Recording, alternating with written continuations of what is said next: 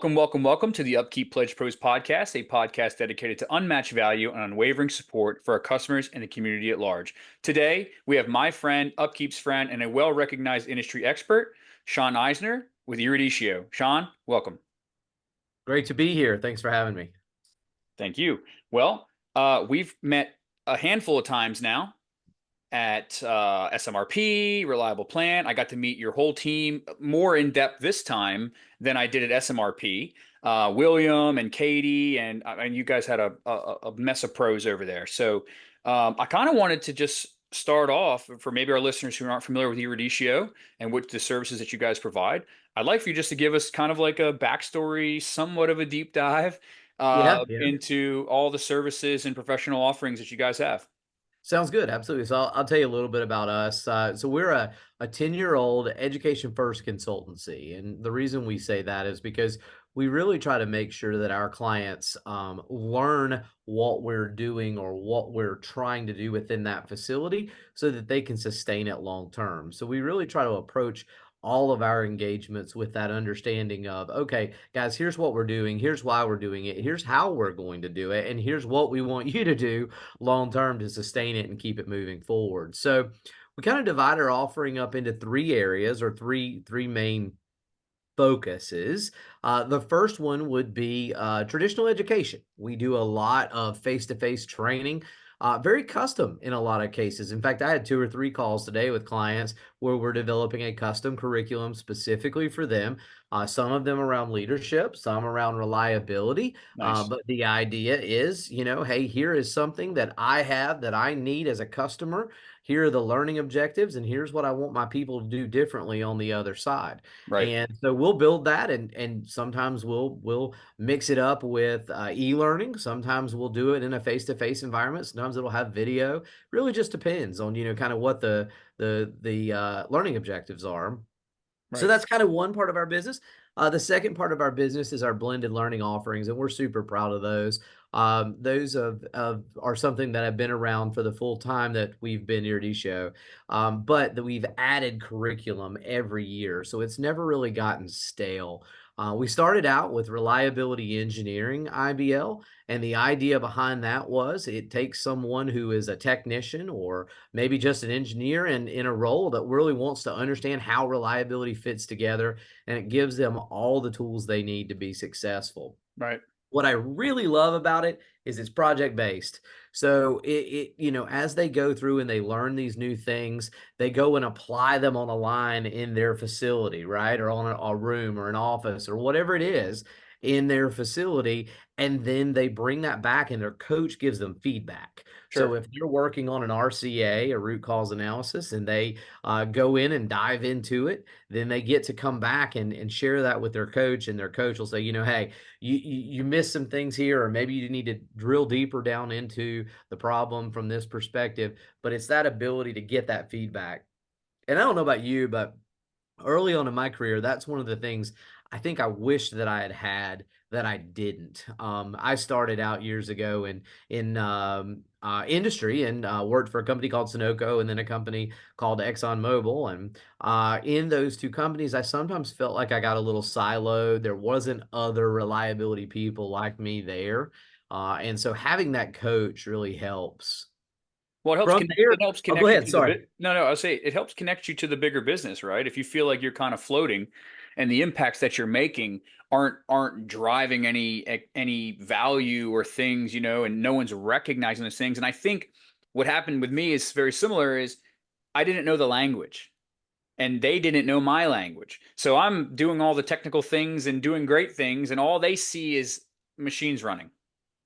Yep. Absolutely. But Absolutely. there's a lot more to that. Yeah, no, I think that's one of the biggest things that we spend time talking with those reliability engineers about, because if you can't market and sell, and that was what my presentation was about last week at the conference, if you can't kind of market and sell what you're doing, the machines are just going to run better.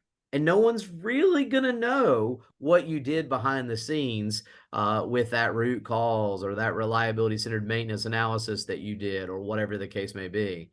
So we spend a lot of time coaching them through a lot of those. Now, what's really cool though is over the last couple of years, we've developed a lot more curriculum. So we started out with the reliability engineering, project-based e-learning, blended learning process, and then we moved into planner and scheduler.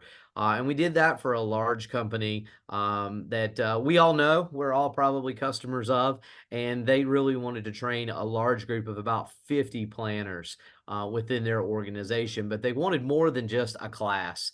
So we took that same process-based learning approach that we use for the reliability engineering and built planning and scheduling. Nice. We also built maintenance management, which is more for maintenance supervisors and maintenance managers. Then from there, we also built the MRO storeroom, which you met William last week. He's a big part of that. Yep. Great So guy. the MRO storeroom IBL is process based again. And then from there, we've also added another one that we're super excited about, and that is the operations leader IBL. So this one focuses specifically on the things that an operations leader needs to do to help support the reliability improvements that we're trying to make. And this could be things like 5S and center lining. It also could be RCA and some of those sort of things. So what we've ended up with in that kind of centerpiece there is about 5 flavors, give or take, because we do customize them, but about 5 flavors of blended learning to help people get credentialed through the University of Tennessee, but also have a project that has a return on investment that they can actually show people when they're done.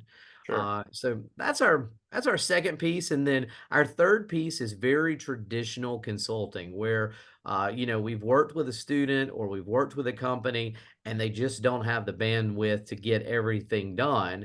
And it doesn't really make sense for them to hire a bunch of people to get through that bow wake. So we'll work with them. We'll come in. We can do walk down. We can do hierarchy. We can do criticality. We can do RCA, RCM, all the acronyms, right?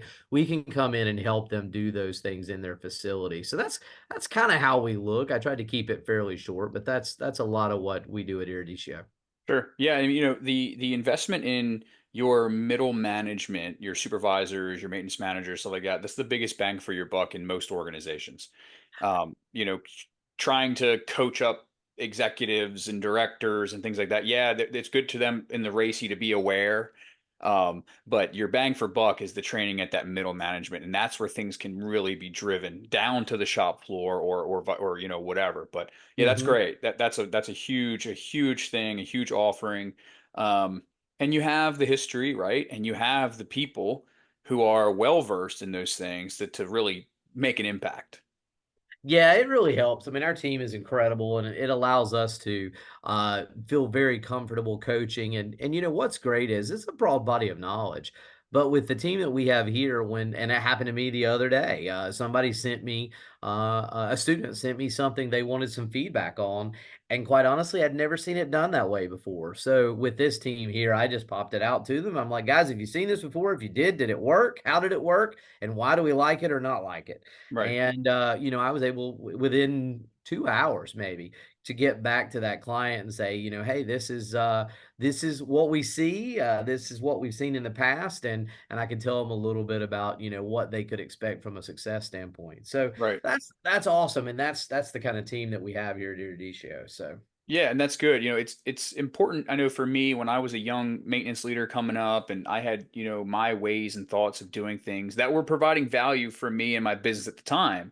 And then when I started to learn about best practices and bigger industry and stuff, I started to like, oh, well, I'm doing a little bit of this like that, but I do it differently this way, right? And oh, and that correlates to this, right? And I guess what I'm getting at is in a sense, there's no right or wrong way to manage your maintenance, right? As long as your objectives, goals, values, mission statement, vision statement, all those things are being met, then you're probably in somewhat alignment. But when it comes to optimization, scaling, further reducing risk, reducing cost, all of those things, and more standardization, a lot of times you've got to start aligning yourself with the known tried and true best practices. yeah, I think so. I think one of the things that I see, and there are a few pitfalls that I've kind of noticed over the years, but one of them is doing the right thing at the wrong time. So, the example that I talk about a lot is, deciding you're going to start kitting parts up, but you don't have a bill of materials. Yeah, So, yeah, because you don't have a bill of materials, you don't get the right parts in the kit. Because you don't get the right parts in the kit, then they don't like them and you end up not doing it very long. Another example is where, we see this all the time where somebody sees a shiny new predictive maintenance technology, but they don't have something like what you guys have, a CMMS, right? They don't have a way to manage the work. So we go out and we find a whole bunch of problems with the predictive technologies, but they still end up being emergency repairs, of course. right? And so the point for bringing all that up is to simply say I think the biggest thing that folks really need to think through is the order in which they're going to implement Of things, course. because you can take a really good thing and do it at the wrong time and get results that won't drive you forward. No, abs 100%. I've well, I've had a lot of heated debates, let's just say, with people who think that you can do the predictive things right out of the gate, and automatically now your uptime is through the roof and nothing will ever break, and all these things, right? And I'm sure you've heard in the past from me, fundamental excellence is key. And the fundamental excellence is in the form of doing the basics very well from a mechanical standpoint, technician standpoint. Then there's the fundamental excellence of leadership, the fundamental excellence of technology, including CMMS, right? And building all these building blocks to ensure that when you get to the point where you need these technologies, they perform their function. It's just like an asset, right? We need to do the right things for that asset for it to perform its function. Processes are no different. Yeah, that's right. There's an old MIT study, and I won't try to quote all the numbers from it because it's been a few years back. But I thought it was a very eye-opening study, because one of the things it said in that study is it had a four-quadrant box, and it talked about if you implement just technology, you would get a modestly negative return on investment. I don't remember the number. We'll say it was, in the negative low teens, right? So you're losing money on the deal. Sure. If you implement business processes alone by themselves, so document how you do things. You mentioned RACEs or RACEs earlier, right? If you do all those sort of things, you get a modestly positive return on investment. But again, it wasn't that great. We'll call it 20%, right? Sure. And then what I thought was the real kicker for the study was if you do both together at the right time, you get a positive 78% return on investment. So it's that taking of the technology and weaving it with the business processes Yep. that gives you that really, really good return on investment. Yeah, I think at Reliable Plan, I had this conversation with a couple of different people about how technology, and I was speaking in terms of CMMS, um, it's an enablement of how work is actually done, right? And when you start to stray from the way work is actually done, you tend to run into a little bit of issues, and that's why the it's so paramount to bring people together like you do in your trainings, right? You bring the Yeah. organization together to get to the bottom of what things matter and what things are valuable and where the value can be derived from. If it's just the typical like, oh, my CEO talked to another CEO and he has sensors all over his pumps and he said he's got no downtime ever, so we should do the same thing. Yeah, that's yes, absolutely. Well, I'll tell you two things about that. Efficiency versus effectiveness. We have to be effective first, because being really good at making bad stuff just seems like a bad idea, right? And so, when you talk about technology, for me, a lot of times what it does for us is it brings that efficiency, but I've still got to get that effective piece taken care of first. And I Yes. think that's where the business processes live, right? Yes. As you Yes. go forward. So 100% agree with you there. And you're right. And I thought of something else this weekend, and I'll tell you this story. I did a little fishing with my father this weekend, and they were down with me, and we were standing out on the dock, and I was fishing the way I had always fished with a certain setup on my rod, a certain type of bait, and a certain way it's tied, and all these sort of things. And I realized, I don't know why I do it that way. I just do it that way because somebody told me to, right? Yeah, And it yeah. and it's called a Carolina rig. It's a very specific way that you put shrimp on a hook and that sort of thing. And I sat there and I sort of thought about it for a little while, and I realized I can figure out why it's tied this way. There is a reason that weight sits down on the bottom, that shrimp's able to move, but yet when the fish hits it, I can still feel it in the line without a cork, right? The point that I'm getting at is at some point we can't just listen to people telling us what other people are doing. We got to figure out why we're doing it and what it's specifically going to do to meet our vision, mission, and organizational goals. Yes, 100%. So I think I'm a better fisherman after this weekend, Brian. Well, you probably are. If you were with dad, you probably are, right? Um, but yeah, I mean, there's no substitute for the work, right? Yep. And it, it's easy, and I think yeah, we've said this like a lot. It's like it's easy to talk about the things you should do, and it's easy to meet people. There's tons of people who know what to do, but there's very little people actually doing them. Yeah.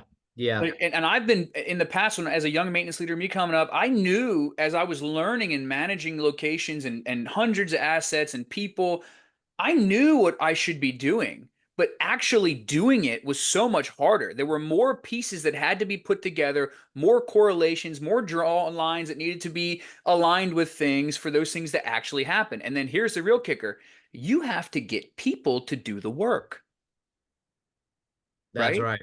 And That's right. that takes strong leadership, strong communication, understanding, and relationships. And those are things that they take time. They're hard things. They're actionable things. They're not just things you can talk about. Because if you worked for me, Shon, I said, "Hey, Shon, you're the best technician ever, man. Great job," is a lot different than me going and literally doing the work with you, learning from me, working side by side, taking your inputs and showing the value of them to the bigger business. So, yeah, I mean, 100%, man. The talk and the act are very, very different things. Well, and that's why, one of my guys here, Rick, we were out last night, just kind of sitting talking about leadership specifically. And that was one of the things that we wanted to dive into because for the very reason that you mentioned, unfortunately, it's in short supply. And we're, if I were to try not to sound like too much of a, the sky is falling kind of guy, but quite frankly, a lot of people are being promoted into manager and leadership roles that don't have any experience in manager and leadership. Now, they may have been great technicians or they may have been They're individual incredible contributors. planners. That's right, or reliability engineers. But just because they were good at that didn't necessarily equip them to go into these leadership and management roles. So we're actually developing a whole new curriculum specifically around this. Not because we wanted to, because there are tons of training out there for leaders, but because we felt like it needed to be tailored to manufacturing and reliability. And we got to help these folks because they're coming in without a very good understanding of the difference in management and leadership or what it takes to really run a change management program and move culture from one reactive way to a more proactive level. Those are things that just don't really get explained anywhere. They didn't get Right. explained in the university and they don't get explained on the shop floor. Right. Yeah, I like to, when I was hiring maintenance managers and hiring engineers in the past, I went off what I called CCS, character, culture, skill. So your character, your culture were the two most important things to me. And then your skill was the last thing. Because you can learn skills. Yep. I can't, I can, it's much more difficult to teach somebody to be just a genuinely good human than it is to teach them that this is a torque wrench, this is a root cause failure now. You know what I mean? So like I It's would always, hardwired. It's yeah, yeah. I would let um the qualities of the person drive the majority of the success as opposed to, like, I've had guys who were like killer tech guys, but everyone on the team was like, yeah, he's a great tech guy, but you can't even hold a conversation with him, Yeah. Yeah. you Yeah. know? So it's a very fine line. And it takes, and here's another caveat, Shon, it takes good leadership to recognize good leadership. Yes. So if you Yeah. already don't have a good leader, the chances of them making a choice to promote somebody is probably going to be not that great. No, you're 100% right. I'll give you another example. The same thing. You mentioned the whole idea or the concept of racy or RASI a little while earlier, and I think that's been a big eureka moment for me in the last year or two as well. And it's on the same front of as what you're talking about right now. We now have a lot of leaders in these organizations that have never been in the roles that they're managing, right? So if you've never been in the role that you're managing, how can you expect to know what good looks like, right? Whether that's leadership like you're talking about right now and being able to recognize good leadership, or whether that's, a maintenance manager who has a planner scheduler that works for them. If they've never been a planner scheduler, they have no idea what good looks like, That's right. right? That's right. Well, there is a way around it though. That's the good news.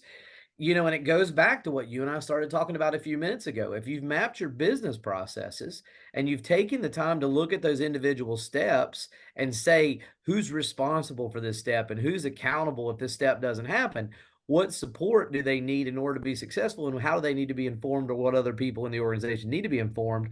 That process of using a RACI, I used to really think the R was the important thing. Who's responsible around Yeah. here, right? Yeah. But what I find in most organizations now, when we go do maintenance assessments or reliability improvement assessments, the words that I hear over and over are not who's responsible around here. It's they don't hold anybody accountable around here. And I heard it over and over and over. My career is now spanning about 20 years, and I've heard it for years now. And what I realized is while the R is important, if the manager doesn't know what their A's are, they can't ask the right questions. They can't push their people to be successful in their R's. So, while the R is important so the people know what to do, if they don't have an A, they won't do the R very long. Yeah. The A is a compass, right? Yeah. Yeah, that person who's got that A has got to be asking that person who's got that R, Yeah. why they did it, how they did it, why they did it the way they did it, and Yeah. what results did they get. R is the ship, A is the compass, That's right. That's right. you know? Absolutely. So, And and I think that holds, you take that all the way back to the leadership discussion we're having. If you've never really been a good leader in a proactive organization, it is really hard to be the A. Well, it's actually really easy to be one of the A's. But it's yeah. really Yeah. really hard to be the A and hold people accountable for something you don't understand. Yeah, and I think some advice if anybody's listening, and of course, no one's going to say that they are not a good leader, but anybody listening who just a tip for starting your journey on leadership, all of your answers are out on the shop floor. All of your answers are in the minds of your technicians, your supervisors, your planners, your operators, your operations manager, operations supervisor. All the answers are in those heads. And it takes the leader to go and make those relationships, to have mutual values, mutual goals, align each other's goals with each other's goals. And then you'll start to see a lot of things unfold. And then you'll start to see progress because everybody is marching to the same tune now because you've built relationships that are driving or they're the vehicle for the change. You know what I mean? Yeah, absolutely. Absolutely. Well, I got to ask you a question. I know you normally get to ask the questions, but I'm kind of curious. This came up last week in some of the discussions at Reliable Plant. What do you think? Can somebody be a leader and a manager? And if so, what's the difference in the two? Well, management is about things, right? I don't manage people. I manage things and I lead people to extract the value from the things, right? So like I never liked calling myself like a people manager or a manager of people because I think it takes like the creativeness and humanness out of the position, right? Yeah. Right. So like leadership to me is ensuring that I am enabling people's best work to happen. And if that means getting things out of the way and being an umbrella, then that's what it is. If it means holding somebody accountable and kicking them in the head, then that's what it is, right? But it is in all of those steps that you want it to be. Trust has to be there. You have to form a relationship with that person. And then the things will be figured out because now you have a mutual alignment. You have trust. The person that works for you or whatever knows that these are the things that you have in mind, the things that are valuable. You're connecting that person to the business that ultimately runs the things that you manage, right? So that's how I view that.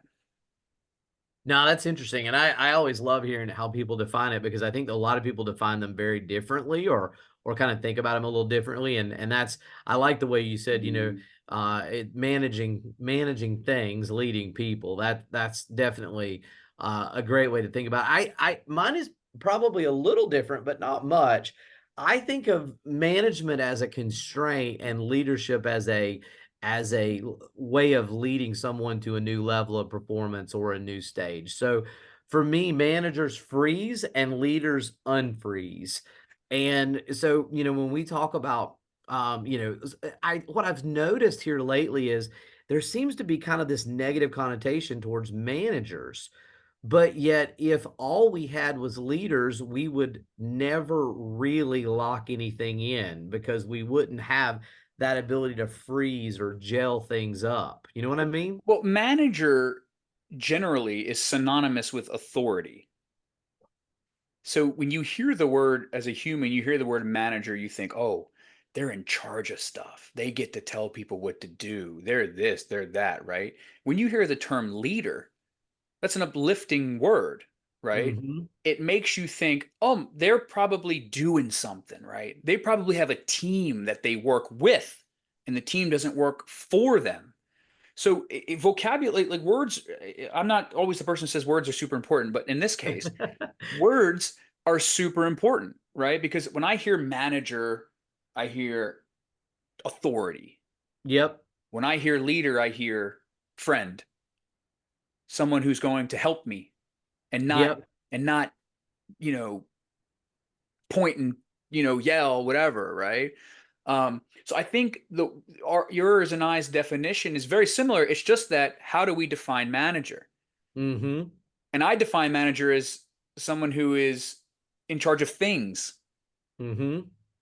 And you define it as they still have people, but they're a lower, not level, but a less impactful person. I don't know if I'd say less impactful, but I think I'm riding along with you. It's for me, I think, I've been in organizations where there was only a leader and it was tiring because you Very never tiring. really got to take a breath. You know what I Yeah, mean? it's And tough. on the flip side, I've been in organizations and I'm thinking in my head who they are. I've been in organizations in the past where everybody was a manager and it was so hard to make anything new happen. But that's So just a term, though. that's it. So It's how the do you describe this, it's the right? context of the term, That's right. right? So the term essentially is going to dictate your ego to a point, right? I mean, but again, it takes a certain person to want to be a leader. Yeah. Like I've had the role of director of maintenance and reliability. I've had the role of asset care and reliability manager. I've had maintenance manager. I've had equipment manager. But through all of that, the term manager was just things to me. And I was a leader for people. Yeah. So at one point in one of my most recent jobs before I came to UpKeep, I took manager out of my title and put leader. Absolutely. So that Yep. when someone read my title, it was uh, maintenance and reliability leader, not Yep. manager. Yep. Absolutely. Well, and that's the reason I brought it up because last week, at the conference, a lot of very hefty debate and discussion was held over the definitions of words, Yeah, right? it's It- tough. because folks were having a hard time conveying points because they didn't just like you started this conversation, they didn't speak the same language, right? Right. Didn't speak the same language. So I just was curious kind of your thoughts on that because that's been a hot topic over the last week. That's one of my favorite things is leadership. Like I had the opportunity when I was a director of maintenance and reliability for host terminals, they sent me to executive leadership training in Colorado. It's called the Center for Creative Leadership. And it was a week long. You live at the place, you eat at the place. Like it was wild. I'm so thankful to host for sending me there because if they didn't, I never would have been able to afford to go there. Like Right. it's crazy, but it taught me so much about leadership. Management never came up. It's about being a leader. It's about all these things. And if anybody listening has the opportunity or has the deep pockets to go to the CCL, I recommend it. Yeah, it's man, I do. I love the topic. It's a lot of fun and it's something I don't think ever I will be as good as I would like to be at, right? It's one of those areas where you just have to keep learning and learning and learning and really tweaking your thoughts and your philosophies and all those sort of things. And I think in the beginning it goes back to kind of my fishing story. In the beginning sometimes we do things just because we're told they're the right thing to do, but then at some point you finally begin to understand it and you can make it yours. Sure. Yeah, no doubt. That's 100%. And the thing about leadership is it's always a moving target because every human is different. Yeah, yeah, and every generation is different, right? Right. And I don't like to stereotype, but stereotypes, they exist for a reason, right? Yeah. It helps our brains better understand how to relate to large groups of folks, True. and figure it out. But yeah, you're 100% correct. That's something you'll never stop learning on for sure. Right. And a lot of people have a lot of different experiences in those things. Like I got it in the military, having to lead people in very stressful environments. Then then I went from being a leader to no leader as a Caterpillar mechanic, right? Mhm, So, mhm. and then I went right back into a leadership position, and then climb, but yeah, I mean, it's a wild thing. It's certainly one of my favorite things. It's one of the things I miss, now that I work for Upkeep, I do miss leading a team of people seeing their growth and the best things that I can see for them it still rings true when you're a leader and good things happen, you didn't do it, your team did it. But when bad Right. things happen, you did it. That's right. It wasn't your team, right? And That's that right. is a very difficult thing for people to recognize. Oh, for sure. Absolutely. Absolutely. Well, so I mean, yeah, this leadership topic's always a fun one. I just was kind of curious. It's one of those things that, like I said, it came up very heavy last week at the conference, but I think, it's going to be an area of real focus for the industry as a whole over the next few years because of the high turnover rates, both in the management ranks as well as in the other parts of the organization. We're going to have to sharpen our skills in this area. Yes, 100%. And before we go, Sean, I just want to ask you one more thing. You are one of the first people that's in maintenance and reliability that I know. I know there's a lot of people out there, but that I know who has been doing a little bit of consultation in gold mining. Yeah, yeah, we get, it's a fun career we've got. We get to work with a lot of different industries. Right now, right outside my door, there's a class going on. It's our SMRP Body of Knowledge class, and Nice. in that room, we've got folks from pharmaceuticals and chemical and automotive and um, let's see, utilities, and so all kinds of stuff out there. But 2 weeks ago, we had a group of folks from mines all over the world, and Nice. that's been a lot of fun. I enjoy working with mining. I love the heavy industry side of it. It's Me it's where too. I started early on in my career, and I think Me you did too. as well. Yep. So it's something that's really comfortable. I started in metals and mining and spent a fair amount of time there, and I actually was a diesel mechanic early on in my life. So Good man. it's fun stuff. It's fun to work with some of these folks that are moving things in big vehicles. Yes, yes, that is. I had to touch on that because that's just so cool to me. I had the opportunity before I came to work for Upkeep to consult for a gold mine in Canada, and I helped them set up their shop, like Yeah. their heavy machine shop and all that. And man, is it awesome! I mean, I do that stuff. I've worked for Caterpillar. I've worked on the machines, but the gold mining is it's just another thing, man. Yeah, it is. It is. It's super fun, and we've done quite a bit of work in coal and other ore as well. But gold is a lot of fun, and not only that, it's going to allow me to go to another country. So I'm headed to Northern Africa here in about a month or two to go out there and do some training in one of the gold mines. So I'm pretty stoked about it. This is gonna be a fun opportunity, I think. So. Yeah, man, you're gonna get your shots like we had to get in the Navy before we went to My all the arm's countries. sore right now, buddy. Yeah, yeah, they'll jack you up, man. Yeah, I had 9 shots 2 Fridays ago and an additional shot yesterday or last Friday. So I think I'm done with that. I finished the last of my vaccines that were pills today. So I'm ready to do this. So Wild. Well, Sean, this episode is gold, no pun intended. I appreciate it. That's funny. Um, but I wanted to give you the last word. How can our listeners get in touch with you? Well, I love to connect with people on LinkedIn. So if you're on LinkedIn, look for Shon Isenhour. You can find me there. It's pretty weird spelling, so I'll spell it for you. But it's Shon, last name Isenhour.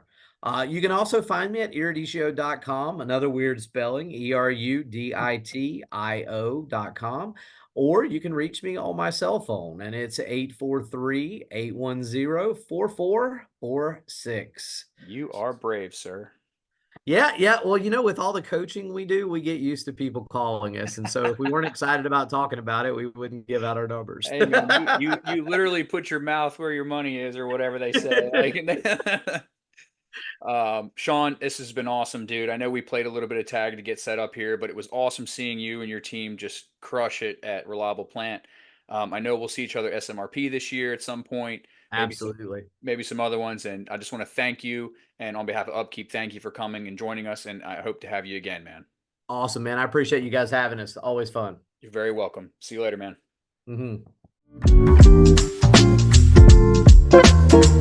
Hmm.